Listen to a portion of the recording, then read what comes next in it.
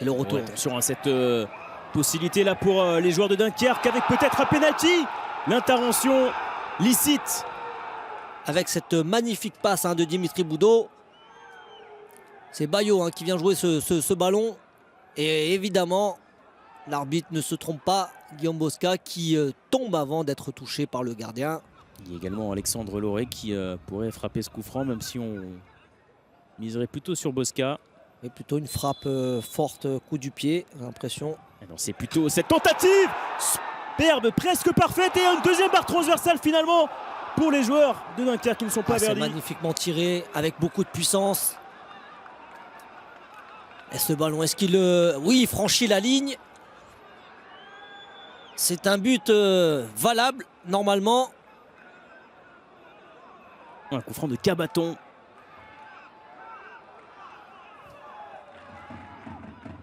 Attention à cette possibilité là pour les joueurs de Villefranche, le centre de Robinet.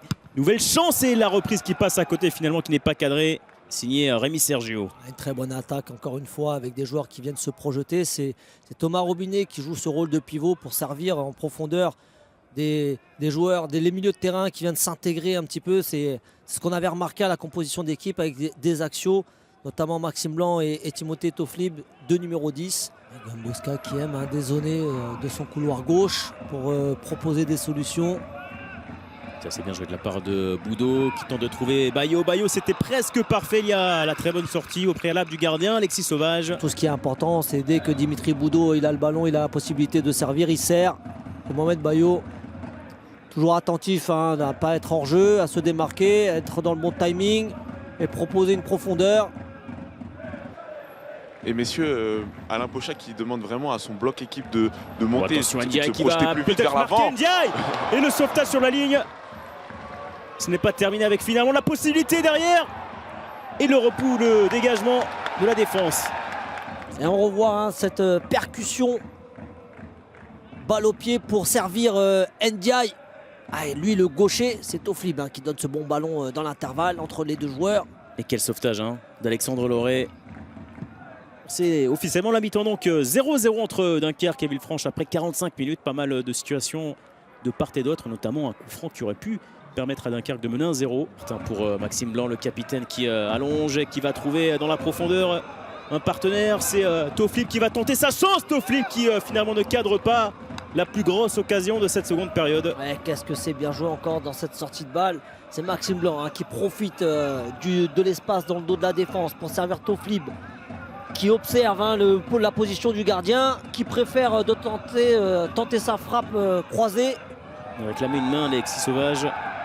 Ce n'est pas fini avec Iron Gomis. Bosca qui va se frapper. C'est bien joué. Il a été pris à contre-pied le gardien. Ce n'est pas fini avec la tentative de Boudot. Boudot de temps et Bayo finalement qui ouvre le score. Ils ont poussé un moment de folie. Et en 3 temps. Et on voit Iron Gomis qui voit Guillaume Bosca qui masque. Ça passe. Guillaume Bosca qui tire. C'est une frappe flottante qui gêne, qui dérange Alexis Sauvage, qui ne peut repousser ce ballon que dans l'axe. Que sur le côté, pardon.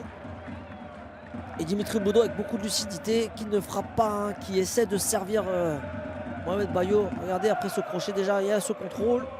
Et cette volonté de servir Bayo. Et attention parce que les espaces s'ouvrent. Agounon peut en profiter à droite, le centre de Brandon Agounon. La reprise, pourquoi pas d'Ndiaye. C'était le piston droit pour le piston gauche. Bien placé, monsieur. Et on voit cette tentative d'Ndiaye. Fabrice réclamer une main éventuellement de la part des joueurs de Villefranche. Je pense qu'il y a peut-être dans le couloir droit, il faudrait un petit peu voir. Ouais, c'est une possibilité également. On reste en 3-4-3 ainsi. Changement. Rémi Sergio qui va tenter sa chance. Magnifique. Et Rémi Sergio finalement qui égalise. On le disait, des joueurs pétris de talent dans cette équipe de Villefranche. Une preuve supplémentaire avec ce but. Il est superbe, Fabrice, et il permet aussi d'égaliser. Et il a la chance sur cette action d'être un peu plus haut dans le terrain. Donc il saisit l'opportunité de frapper de loin. Parce qu'il est vraiment loin là, Fabrice. À mettre en retrait parce qu'il n'y a pas d'attaquant pour faire cette course et attention, devant les buts. Bizet qui est entré pour cela. Peut-être en sauveur, Bizet. L'arrêt finalement d'Alexis Sauvage. On va revoir tout cela, Fabrice. Nathan Bizet qui rentre dans sa surface de réparation. Il se décale un petit peu côté droit. Il frappe très fort. Il n'y a pas beaucoup d'angles, il n'y a pas beaucoup de possibilités. La seule possibilité, c'est de frapper très fort. Un partout donc entre Dunkerque et Villefranche. Un résultat plutôt intéressant en termes de comptabilité pour Villefranche.